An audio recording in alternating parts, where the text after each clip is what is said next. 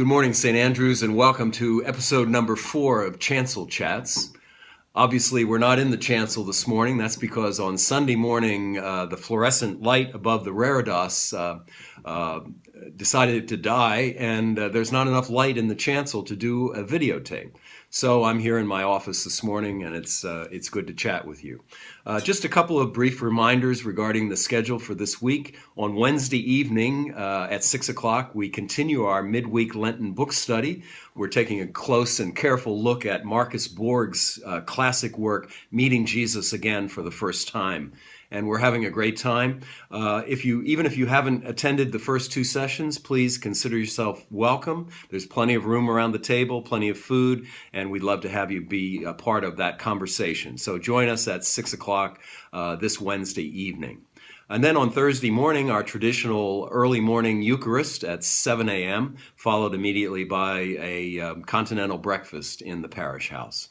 I just wanted to mention something. If you were in church last Sunday, you probably noticed that we have a new lectionary insert. The Worship and Liturgy Committee supported this, and they're very low cost, very inexpensive, but they have all the lessons, the collect, and including the psalm. So we'll be using these as part of our worship moving forward.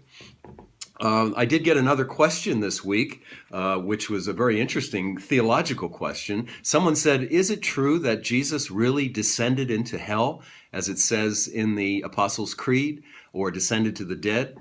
And so I'd like to kind of address that question this morning. Actually, some of the earliest versions of the Apostles' Creed did not include that phrase, descended into hell or to the dead. And the Nicene Creed doesn't have that phrase either.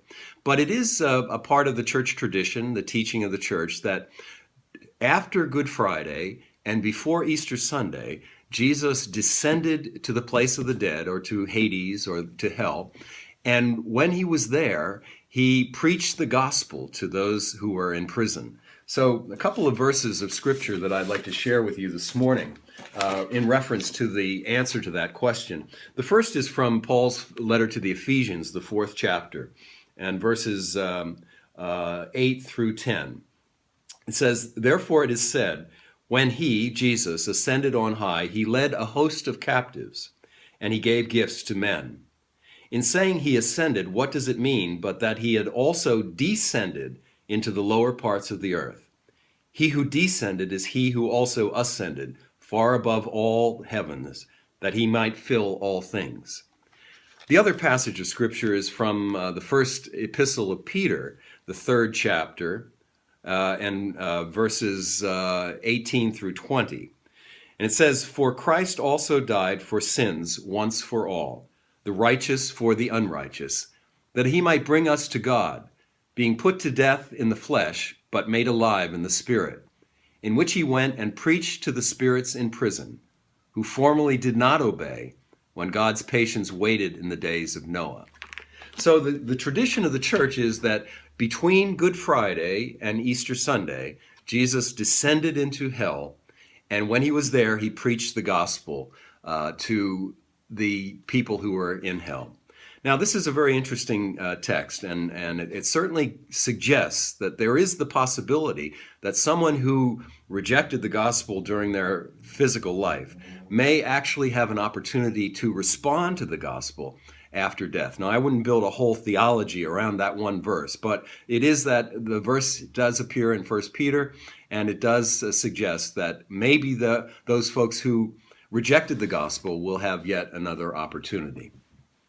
The gospel reading for this weekend is taken from the 15th chapter of the Gospel of Luke. It's one of Jesus' most famous and most memorable parables, the parable of the prodigal son, or as I like to call it, the parable of the prodigal father. Because you see, the word prodigal doesn't mean immoral or illicit. It means extravagant. And certainly the hero of Jesus' parable is the father who runs out to welcome his younger son back into the family. So this weekend, Deacon Joe is going to be preaching the homily, and I'm going to be looking forward to hearing what he has to say about the parable of the prodigal son. Just wanted to mention that next week, Monday, March 7th through Wednesday, March 9th, I'm going to be doing a spiritual retreat at the monastery of St. Mary in Morristown. Now, this is a Benedictine monastery, and I'll be there praying and reflecting and getting ready, spiritually prepared for the events of Holy Week and Easter. But we will continue to have morning prayer at 9 o'clock on Monday morning, Tuesday morning, and Wednesday morning next week. Our wardens, Keith Adams and Chris Miller, will be presiding at morning prayer next week, so please plan to attend. I guess that's about it for today. Looking forward to seeing many of you in church this weekend. And, if you have any issues or any questions that you'd like me to address in Chancel Chats, please don't hesitate to let me know. And, of course, if I can ever be of any personal or pastoral assistance, please give me a call. So we'll talk again next week, and have a wonderful and a blessed week. Thank you.